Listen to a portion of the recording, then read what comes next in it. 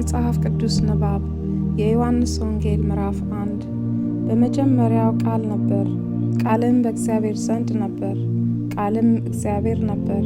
ይህም በመጀመሪያ በእግዚአብሔር ዘንድ ነበር። ሁሉ በእርሱ ሆነ፣ ከሆነም አንዳች ስንኳ ያለ እርሱ አልሆነም። በእርሱ ሕይወት ነበረች፣ ሕይወትም የሰው ብርሃን ነበረች። ብርሃንም በጨለማ ይበራል፣ ጨለማም አላሸነፈውም። ከእግዚአብሔር የተላከ ስሙ ዮሐንስ የሚባል አንድ ሰው ነበር። ሁሉም በእርሱ በኩል እንዲያምኑ ይህ ስለ ብርሃን ይመሰክር ዘንድ ለምስክር መጣ። ስለ ብርሃን ሊመሰክር መጣ እንጂ እርሱ ብርሃን አልነበረም። ለሰው ሁሉ የሚያበራው እውነተኛ ብርሃን ወደ ዓለም ይመጣ ነበር። በዓለምም ነበር፣ ዓለሙም በእርሱ ሆነ፣ ዓለሙም አላወቀውም። የእርሱ ወደ ሆነው መጣ፣ የገዛ ወገኖቹም አልተቀበሉትም። ለተቀበሉት ሁሉ ግን በስሙ ለሚያምኑት ለእነርሱ የእግዚአብሔር ልጆች ይሆኑ ዘንድ ስልጣንን ሰጣቸው። እነርሱም ከእግዚአብሔር ተወለዱ እንጂ ከደም ወይም ከሥጋ ፈቃድ ወይም ከወንድ ፈቃድ አልተወለዱም። ቃልም ሥጋ ሆነ፣ ጸጋና እውነትንም ተሞልቶ በእኛ አደረ። አንድ ልጅም ከአባቱ ዘንድ እንዳለው ክብር የሆነውን ክብሩን አየን። ዮሐንስም ስለ እርሱ መሰከረ፣ እንዲህም ብሎ ጮኸ፣ ከእኔ በኋላ የሚመጣው እርሱ ከእኔ በፊት ነበረና ከእኔ ይልቅ የከበረ ሆኗል። ስለ እርሱ ያልኩት ይህ ነበር። እኛ ሁላችን ከሙላቱ ተቀበልን፣ በጸጋ ላይ ጸጋ ተሰጥቶናልና። ሕግ በሙሴ ተሰጥቶ ነበረና ጸጋና እውነት ግን በኢየሱስ ክርስቶስ ሆነ። መቼም ቢሆን እግዚአብሔርን ያየው አንድ ስንኳ የለም። በአባቱ እቅፍ ያለ አንድ ልጁ እርሱ ተረከው። አይሁድም አንተ ማነህ ብለው ይጠይቁት ዘንድ ከኢየሩሳሌም ካህናትንና ሌዋውያንን በላኩበት ጊዜ የዮሐንስ ምስክርነት ይሄ ነው። መሰከረም፣ አልካደምም። እኔ ክርስቶስ አይደለሁም ብሎ መሰከረ። እንኪያስ ማነህ? ኤልያስ ነህን ብለው ጠየቁት። አይደለሁም አለ። ነቢይ ነህን? አይደለሁም ብሎ መለሰ። እንኪያስ ማነህ? ለላኩም መልስ እንድንሰጥ ስለ ራስህ ምን ትላለህ አሉት። እርሱም ነቢዩ ኢሳይያስ እንዳለ የጌታን መንገድ አቅኑ ብሎ በምድረ በዳ የሚጮህ ሰው ድምፅ እኔ ነኝ አለ። የተላኩትም ከፈሪሳውያን ነበሩ። እንኪያስ አንተ ክርስቶስ ወይም ኤልያስ ወይም ነቢይ ካይደለ ስለምን ታጠምቃለህ ብለው ጠየቁት። ዮሐንስም መልሶ እኔ በውሃ አጠምቃለሁ፣ ዳሩ ግን እናንተ የማታውቁት በመካከላችሁ ቆሟል። እኔ የጫማውን ጠፈር ልፈታ የማይገባኝ ከኔ በኋላ የሚመጣው ከኔ ይልቅ የሚከብር ይህ ነው አላቸው። ይህ ነገር ዮሐንስ ያጠምቅበት በነበረው በዮርዳኖስ ማዶ በቢታንያ በቤተ ራባ ሆነ። በነጋውም ዮሐንስ ኢየሱስን ወደ እርሱ ሲመጣ አይቶ እንዲህ አለ፣ እነሆ የዓለምን ኃጢአት የሚያስወግድ የእግዚአብሔር በግ። አንድ ሰው ከኔ በኋላ ይመጣል፣ ከእኔም በፊት ነበረና ከኔ ይልቅ የከበረ ሆኗል ብዬ ስለ እርሱ ያልኩት ይህ ነው። እኔም አላወቅኩም ነበር፣ ዳሩ ግን ለእስራኤል ይገለጥ ዘንድ ስለዚህ በውሃ እያጠመቅኩ እኔ መጣሁ። ዮሐንስም እንዲህ ብሎ መሰከረ፣ መንፈስ ከሰማይ እንደ ርግብ ሆኖ ሲወርድ አየሁ፣ በእርሱ ላይም ኖረ። እኔም አላወቅኩም ነበር፣ ዳሩ ግን በውሃ አጠምቅ ዘንድ የላከኝ እርሱ መንፈስ ሲወርድበትና ሲኖርበት የምታየው በመንፈስ ቅዱስ የሚያጠምቀው እርሱ ነው አለኝ። እኔም አይቻለሁ፣ እርሱም የእግዚአብሔር ልጅ እንደሆነ እመሰክራለሁ። በነጋው ደግሞ ዮሐንስ ከደቀ መዛሙርቱ ሁለቱ ቆሞ ነበር። ኢየሱስም ሲሄድ ተመልክቶ እነሆ የእግዚአብሔር በግ አለ። ሁለቱም ደቀ መዛሙርት ሲናገር ሰምተው ኢየሱስም ተከተሉት። ኢየሱስም ዞር ብሎ ሲከተሉትም አይቶ ምን ትፈልጋላችሁ አላቸው። እነርሱም ረቢ ወዴት ትኖራለህ አሉት። ትርጓሜውም መምህር ሆይ ማለት ነው። መጥታችሁ እዩ አላቸው። መጥተው የሚኖርበትንም አዩ። በዚያም ቀን በእርሱ ዘንድ ዋሉ። 10 ሰዓት ያህል ነበር። ከዮሐንስም ዘንድ ሰምተው ከተከተሉት ከሁለቱ አንዱ የስምዖን ጴጥሮስ ወንድም እንድርያስ ነበር። እርሱም አስቀድሞ የራሱን ወንድም ስምዖንን አገኘውና መሲህን አግኝተናል አለው። ትርጓሜውም ክርስቶስ ማለት ነው። ወደ ኢየሱስም አመጣው። ኢየሱስም ተመልክቶ አንተ የዮና ልጅ ስምዖን ነህ፣ አንተ ኬፋ ትባላለህ አለው። ትርጓሜውም ጴጥሮስ ማለት ነው። በነጋውም ኢየሱስ ወደ ገሊላ ሊወጣ ወደደ። ፊልጶስንም አገኘና ተከተለኝ አለው።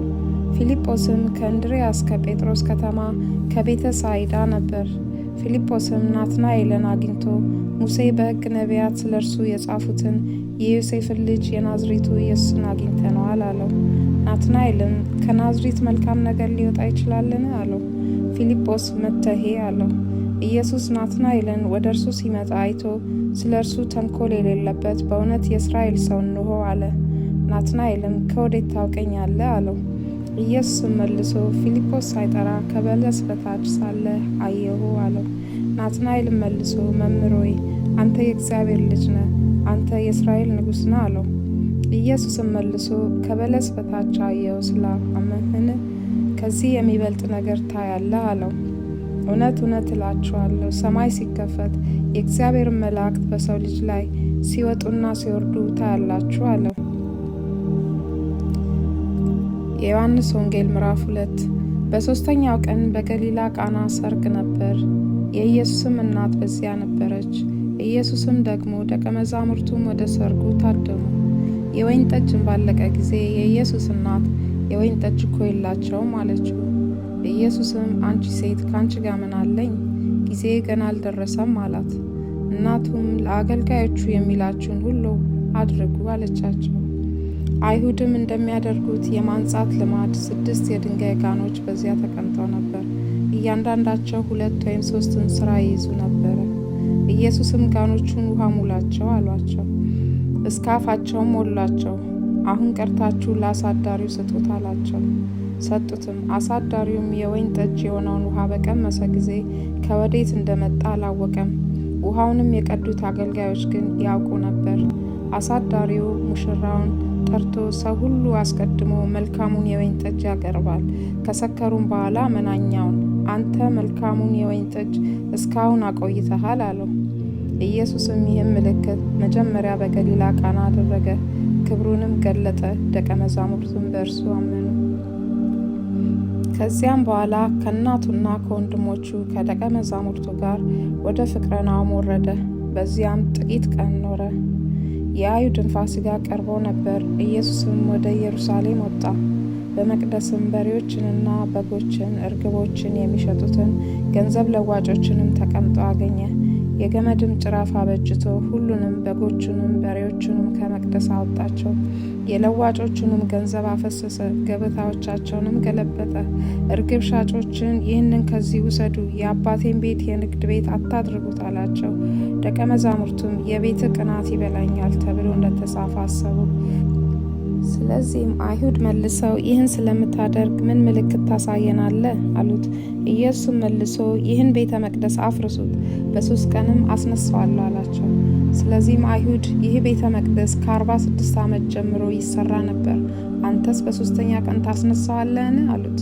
እርሱ ግን ስለ ሰውነቱ ቤተ መቅደስ ይል ነበር። ስለዚህም ከሙታን ከተነሳ በኋላ ለደቀ መዛሙርቱ ይህን እንደተናገረ አሰቡና መጽሐፍንና ኢየሱስ የተናገረውን ቃል አመኑ። በፋሲካ ባህል በኢየሩሳሌም ሳለ ያደረገውን ምልክት ባዩ ጊዜ ብዙ ሰዎች በስሙ አመኑ። ነገር ግን ኢየሱስ ሰዎችን ሁሉ ያውቅ ነበረ፣ ስለ ሰው ማንም ሊመሰክር አያስፈልገውም ነበርና አይተማመናባቸውም ነበር፣ ራሱ በሰው ያለውን ያውቅ ነበርና። የዮሐንስ ወንጌል ምዕራፍ 3 ከፈሪሳውያንም ወገን የአይሁድ አለቃ የሆነ ኒቆዲሞስ የሚባል አንድ ሰው ነበር። እርሱም በሌሊት ወደ ኢየሱስ መጥቶ መምህር ሆይ እግዚአብሔር ከእርሱ ጋር ከሆነ በቀር አንተ የምታደርጋቸው እነዚህ ምልክቶች ሊያደርግ የሚችል የለምና መምህር ሆነ ከእግዚአብሔር ዘንድ እንደመጣ እናውቃለን አለው። ኢየሱስም መልሶ እውነት እውነት እልሃለሁ ሰው ዳግመኛ ካልተወለደ በቀር የእግዚአብሔርን መንግሥት ሊያይ አይችልም አለው። ኒቆዲሞስም ሰው ከሸመገለ በኋላ እንዴት ሊወለድ ይችላል? ሁለተኛ ወደ እናቱ ማኅፀን ገብቶ ይወለድ ዘንድ ይችላልን? አለው። ኢየሱስም መለሰ እንዲህ ሲል እውነት እውነት እልሃለሁ ሰው ከውሃና ከመንፈስ ካልተወለደ በቀር ወደ እግዚአብሔር መንግሥት ሊገባ አይችልም። ከሥጋ የተወለደ ሥጋ ነው፣ ከመንፈስ የተወለደ መንፈስ ነው። ዳግመኛ ልትወለዱ ያስፈልጋችኋል ስላልኩ አታድነቅ። ንፋስ ወደሚወደው ይነፍሳል፣ ድምፁንም ትሰማለህ፣ ነገር ግን ከወዴት እንደመጣ ወዴት እንዲሄድ አታውቅም። ከመንፈስ የተወለደ ሁሉ እንዲህ ነው። ኒቆዲሞስም መልሶ ይሄ እንዴት ሊሆን ይችላል? አለው። ኢየሱስም መልሶ እንዲህ አለው፣ አንተ የእስራኤል መምህር ስትሆን ይህን አታውቅምን? እውነት እውነት እልሃለሁ የምናውቀውን እንናገራለን፣ ያየነውን እንመሰክራለን፣ ምስክራችንንም አትቀበሉትም። ስለ ምድራዊ ነገር በነገርኳችሁ ጊዜ ካላመናችሁ፣ ስለ ሰማይ ነገር ብነግራችሁ እንዴት ታምናላችሁ? ከሰማይ ከወረደ በቀር ወደ ሰማይ የወጣ ማንም የለም፣ እርሱም በሰማይ የሚኖረው የሰው ልጅ ነው። ሙሴም በምድረ በዳ እባብን እንደሰቀለ እንዲሁ በእርሱ የሚያምን ሁሉ የዘላለም ሕይወት እንዲኖረው እንጂ እንዳይጠፋ የሰው ልጅ ይሰቀል ይገባዋል። በእርሱ የሚያምን ሁሉ የዘላለም ሕይወት እንዲኖረው እንጂ እንዳይጠፋ እግዚአብሔር አንድያ ልጁን እስኪሰጥ ድረስ ዓለምን እንዲሁ ወዷል። ዓለም በልጁ እንዲድን ነው እንጂ በዓለም እንዲፈርድ እግዚአብሔር ወደ ዓለም አላከውምና። በእርሱ በሚያምን አይፈረድበትም። በማያምን ግን በአንዱ በእግዚአብሔር ልጅ ስላላመነ አሁን ተፈርዶበታል።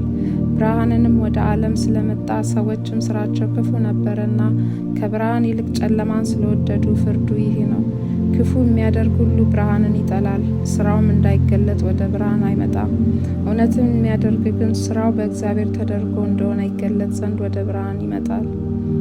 ከዚህ በኋላ ኢየሱስ ከደቀ መዛሙርቱ ጋር ወደ ይሁዳ ሀገር መጣ። በዚያም ከእነርሱ ጋር ተቀምጦ ያጠምቅ ነበር። ዮሐንስም ደግሞ በሳሌም አቅራቢያ በሄኖን በዚያ ብዙ ውሃ ነበርና ያጠምቅ ነበር። እየመጡም ይጠመቁ ነበር፣ ዮሐንስ ገና ወደ ወሂን አልተጨመረም ነበርና። ስለዚህም በዮሐንስ ደቀ መዛሙርትና በአይሁድ መካከል ስለ መንጻት ክርክር ሆነ። ወደ ዮሐንስም መጥተው መምህር ሆይ በዮርዳኖስ ማዶ ከአንተ ጋር የነበረው አንተም የመሰከርክለት እነሆ እርሱ ያጠምቃል፣ ሁሉም ወደ እርሱ ይመጣሉ አሉት። ዮሐንስም መለሰ እንዲህ ሲል ከሰማይ ካልተሰጠው ሰው አንዳች ሊቀበል አይችልም። እናንተ እኔ ክርስቶስ አይደለሁም፣ ነገር ግን ከእርሱ በፊት ተልክ ያለው እንዳልሁ ራሳችሁ ትመሰክሩልኛላችሁ። ሙሽራይቱ ያለችው እርሱ ሙሽራ ነው። ቆሞ የሚሰማው ሚዜው ግን በሙሽራው ድምፅ እጅግ ደስ ይለዋል። እንግዲህ ይህ ደስታዬ ተፈጸመ። እርሱ ሊልቅ እኔ ግን ላንስ ያስፈልጋል። ከላይ የሚመጣው ከሁሉ በላይ ነው። ከምድር የሚሆነው የምድር ነው፣ የምድሩንም ይናገራል። ከሰማይ የሚመጣው ከሁሉ በላይ ነው። ያየውንና የሰማውን ይህን ይመሰክራል፣ ምስክሩንም የሚቀበለው የለም። ምስክሩንም የተቀበለ እግዚአብሔር እውነተኛ እንደሆነ አተመ። እግዚአብሔር የላከው የእግዚአብሔርን ቃል ይናገራልና እግዚአብሔር መንፈሱን ስፍራ አይሰጥምና። አባት ልጁን ይወዳል፣ ሁሉንም በእጁ ሰጥቶታል። በልጁ የሚያምን የዘላለም ሕይወት አለው። በልጁ የማያምን ግን የእግዚአብሔር ቁጣ በእርሱ ላይ ይኖራል እንጂ ሕይወትን አያይም። የዮሐንስ ወንጌል ምዕራፍ 4። እንግዲህ ኢየሱስ ከዮሐንስ ይልቅ ደቀ መዛሙርት ያደርጋል ያጠምቅማል ማለት ፈሪሳውያን እንደሰሙ ጌታ ባወቀ ጊዜ ይሁዳን ትቶ ወደ ገሊላ ደግሞ ሄደ። ዳሩ ግን ደቀ መዛሙርቱ እንጂ ኢየሱስ ራሱ አላጠመቀም። በሰማርያ ሊያልፍ ግድ ሆነበት። ስለዚህ ያዕቆብ ለልጁ ለዮሴፍ በሰጠው ስፍራ አጠገብ ወደምትሆን ሲካራ ወደምትባል የሰማርያ ከተማ መጣ። በዚያም የያዕቆብ ጉድጓድ ነበር። ኢየሱስም መንገድ ከመሄድ ደግሞ በጉድጓዱ አጠገብ እንዲህ ተቀመጠ። ጊዜው 6 ሰዓት ያህል ነበር።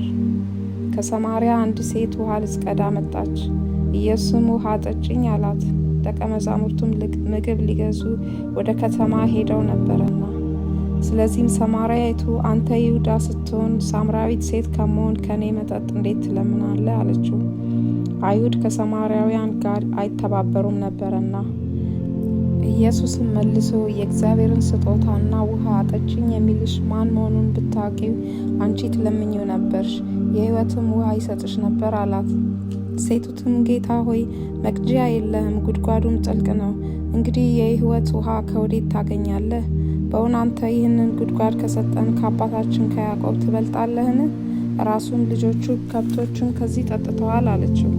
ኢየሱስም መልሶ ከዚህ ውሃ የሚጠጣ ሁሉ እንደገና ይጠማል። እኔ ከምሰጠው ውሃ የሚጠጣ ሁሉ ግን ለዘላለም አይጠማም። እኔ የምሰጠው ውሃ በእርሱ ውስጥ ለዘላለም ሕይወት የሚፈልቅ የውሃ ምንጭ ይሆናል እንጂ አላት። ሴቲቱም ጌታ ሆይ እንዳልጠማ ውሃ ልቀዳ ወደዚህ እንዳልመጣ ይህን ውሃ ስጠኝ አለችው። ኢየሱስም ሂጂና ባልሽን ጠርተሽ ወደዚህ ነይ አላት። ሴቲቱም መልሳ ባል የለኝም አለችው። ኢየሱስም ባል የለኝም በማለትሽ መልካም ተናገርሽ። 5 ባሎች ነበሩሽና አሁን ከአንቺ ጋር ያለው ባልሽ አይደለም። በዚህስ እውነት ተናገርሽ አላት። ሴቲቱም ጌታ ሆይ አንተ ነቢይ እንደሆንክ አያለሁ። አባቶቻችን በዚህ ተራራ ሰገዱ፣ እናንተም ሰው ሊሰግድበት የሚገባው ስፍራ በኢየሩሳሌም ነው ትላላችሁ አለችው። አንቺ ሴት እመኚኝ፣ በዚህ ተራራ ወይም በኢየሩሳሌም ለአብ የማትሰግዱበት ጊዜ ይመጣል። እናንተስ ለማታውቁት ትሰግዳላችሁ። እኛ መዳን ከአይሁድ ነውና ለምናውቀው እንሰግዳለን። ነገር ግን በእውነት የሚሰግዱ ለአብ በመንፈስና በእውነት የሚሰግዱበት ጊዜ ይመጣል፣ አሁንም ሆኗል። አብ ሊሰግዱለት እንደነዚህ ያሉትን ይሻልና። እግዚአብሔር መንፈስ ነው፣ የሚሰግዱለትን በመንፈስና በእውነት ሊሰግዱለት ያስፈልጋቸዋል። ሴቲቱ ክርስቶስ የሚባል መሲህ እንዲመጣ አውቃለሁ፣ እርሱ ሲመጣ ሁሉን ይነግረናል አለችው። ኢየሱስም የምናገርሽ እኔ እርሱ ነኝ አላት። በዚያን ጊዜ ደቀ መዛሙርቱ መጡና ከሴት ጋር በመነጋገሩ ተደነቁ። ነገር ግን ምን ትፈልጊያለሽ ወይም ስለምን ታናግራታለህ ያለ ማንም አልነበረም። ሴቲቱ ምን ስራዋን ትታ ወደ ከተማ ሄደች።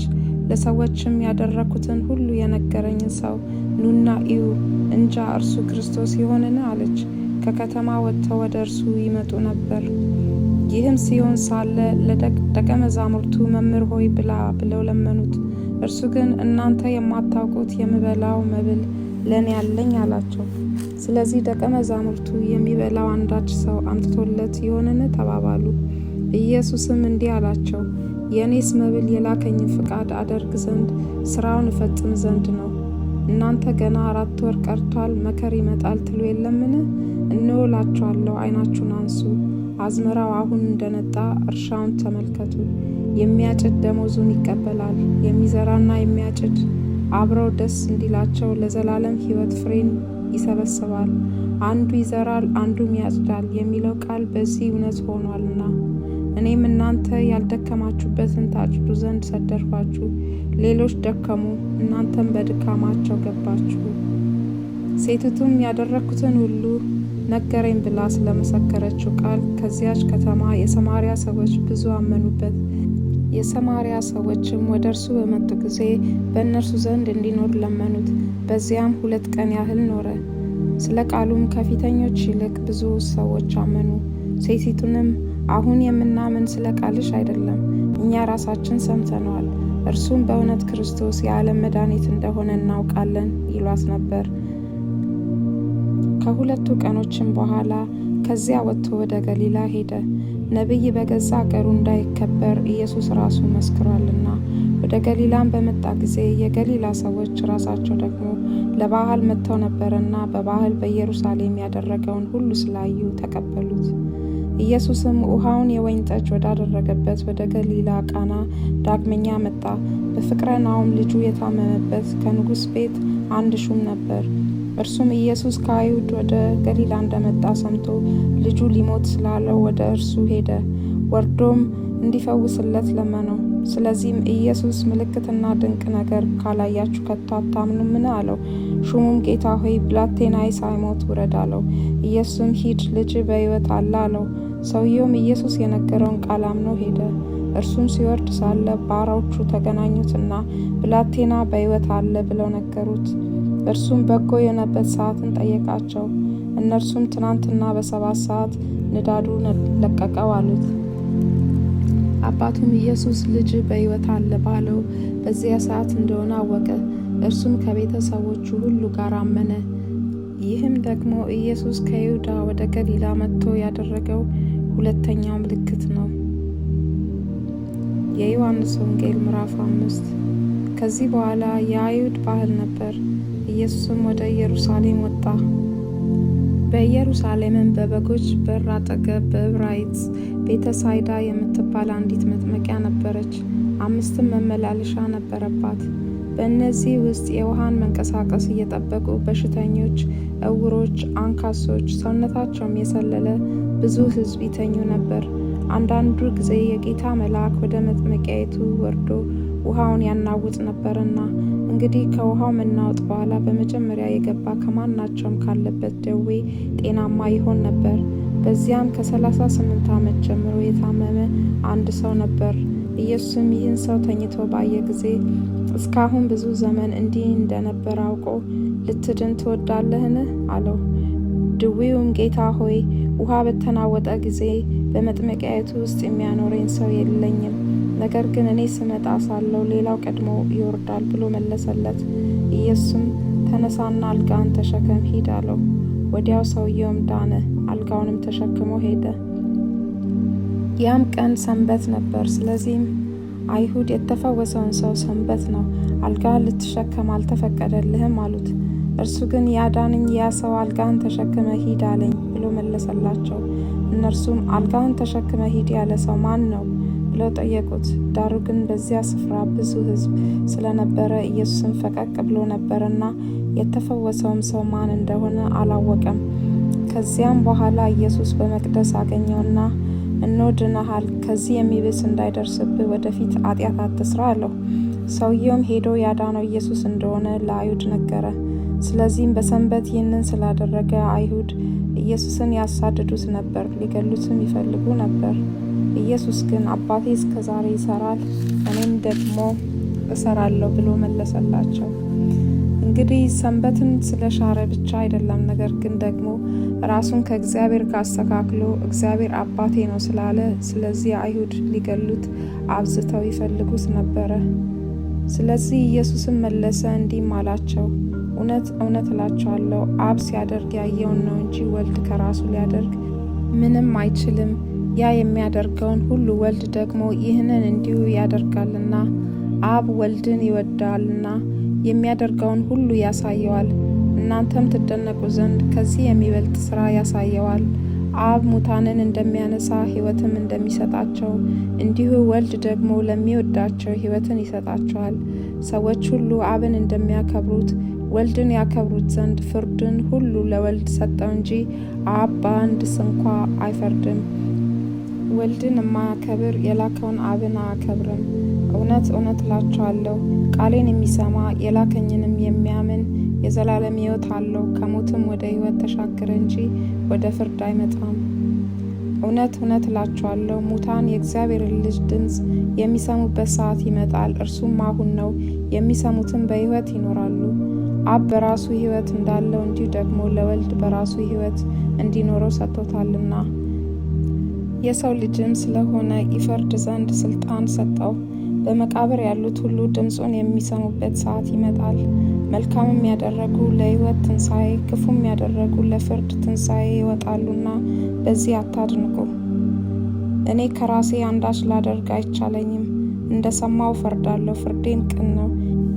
የላከኝም ፍቃድ እንጂ ፍቃዴን አልሻምና፣ እኔ ስለ ራሴ ብመሰክር ምስክሬ እውነት አይደለም፣ ስለ እኔ የሚመሰክር ሌላ ነው። እርሱም ስለ እኔ የሚመሰክረው ምስክር እውነት እንደሆነ አውቃለሁ። እናንተ ወደ ዮሐንስ ልካችኋል፣ እርሱም ለእውነት መስክሯል። እኔ ግን ከሰው ምስክር አልቀበልም። እናንተ እንድትድኑ ይህንን እላለሁ እንጂ። እርሱ የሚነድና የሚያበራ መብራት ነበር። እናንተም ጥቂት ዘመን በብርሃኑ ደስ ሊላችሁ ወደዳችሁ። እኔ ግን ከዮሐንስ ምስክር የሚበልጥ ምስክር አለኝ። አብ ልፈጽመው የሰጠኝ ስራ፣ ይህ የማደርገው ስራ አብ እንደላከኝ ስለ እኔ ይመሰክራልና፣ የላከኝም አብ እርሱ ስለ እኔ ይመስክሯል። ድምፁን ከቶ አልሰማችሁም፣ መልኩንም አላያችሁም። እርሱም የላከውን እናንተ አታምኑም። በእናንተ ዘንድ የሚኖር ቃሉ የላችሁም። እናንተ በመጻሕፍት የዘላለም ሕይወት እንዳላችሁ ይመስላችኋልና እርሱንም ትመረምራላችሁ። እነርሱም ስለ እኔ የሚመሰክሩ ናቸው። ነገር ግን ሕይወትን እንዲሆንላችሁ ወደ እኔ ልትመጡ አትወዱም። ከሰው ክብርን አልቀበልም፣ ዳሩ ግን የእግዚአብሔር ፍቅር በራሳችሁ እንደሌላችሁ አውቃችኋል። እኔ በአባቴ ስም መጥቻለሁ፣ አልተቀበላችሁኝም። ሌላው በራሱ ስም ቢመጣ እርሱን ትቀበሉታላችሁ። እናንተ እርስ በርሳችሁ ክብር የምትቀባበሉ ከአንዱ ከእግዚአብሔር ያለውን ክብር የማትፈልጉ እንዴት ልታምኑ ትችላላችሁ? እኔ በአብ ዘንድ የምከሳችሁ አይምሰላችሁ፣ የሚከሳችሁ አለ። እርሱም ተስፋ የምታደርጉት ሙሴ ነው። ሙሴንስ ብታምኑት እኔን ባመናችሁ ነበር፣ እርሱ ስለ እኔ ጽፏልና። መጻሕፍትን ሁሉ ካላመናችሁ ግን ቃሌን እንዴት ታምናላችሁ?